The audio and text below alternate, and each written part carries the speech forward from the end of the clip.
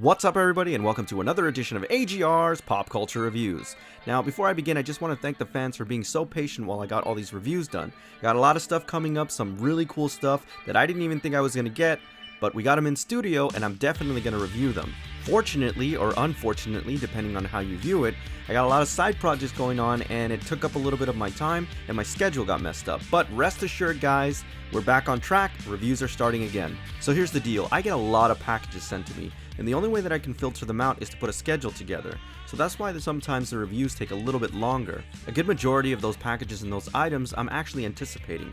But occasionally I get sent stuff that I totally didn't know I was going to get, and I consider that to be a happy accident.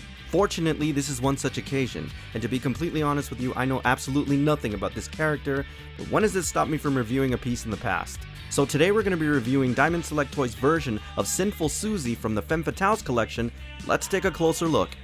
Now, I don't know about you guys, but I've always been such a huge fan of the pinup girls or the pinup concepts from the 1940s and 50s, and this is why I think the Bombshell collections are so cool. Now, the head sculpt on this piece is actually very interesting. One of the things I like about it is how unique it is.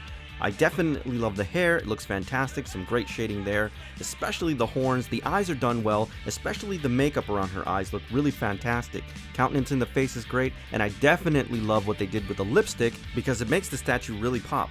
The midsection and upper torso of this figure is pretty incredible, especially given the price point. The shading was done very well, it does look very organic in terms of the skin tones, and obviously that costume looks fantastic. Most impressively, there's a lot of different textures at work here, especially in her midsection where the bustier is, and on her arms where they're a little bit more of a wet leather look.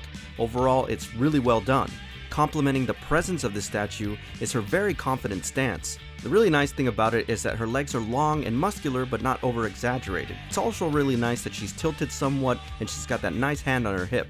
And of course, because of the use of that jet black offset against her milky white skin, it really gives this statue a lot of 3-dimension. Now, the only thing that kind of threw me off a little bit really had to do with her heels. If you'll notice, there's a little bit of a purple accent there at the front of the boot, and it looks a little bit weird. I don't know why they went with this design choice. I wish they would have left it all black. Now again, I have to admit, I don't know what this comic book version looks like, and maybe they're just trying to be true to the character, but it does look a little bit weird. But overall, the sculpt is great, it's just that one aspect that looks a little bit weird.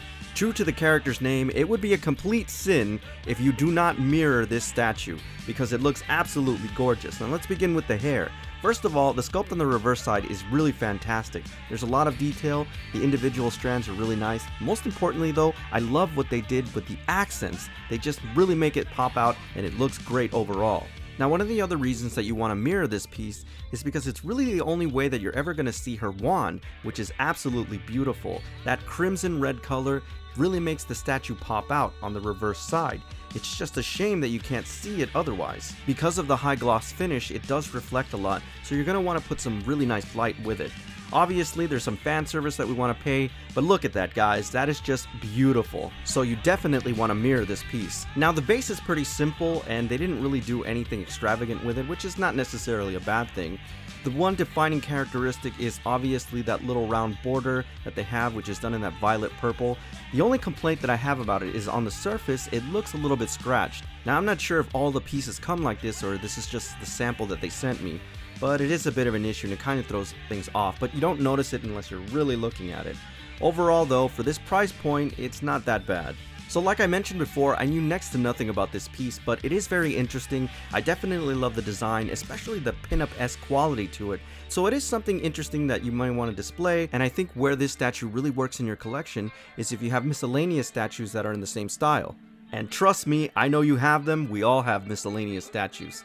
Now this one is very easy for me to recommend because of the style, and it is a beautiful piece. Very little QC problems, but most importantly is because of the price point. It retails for only $39.99. Now before I go, I just want to thank the folks over at Big Bad Toy Store for sending this wonderful piece over for review. And if you're interested in this and other collectibles, please visit www.bigbadtoystore.com. Alright everybody, so that's my official review on Diamond Select Toys' version of Sinful Suzi from the Femme collection.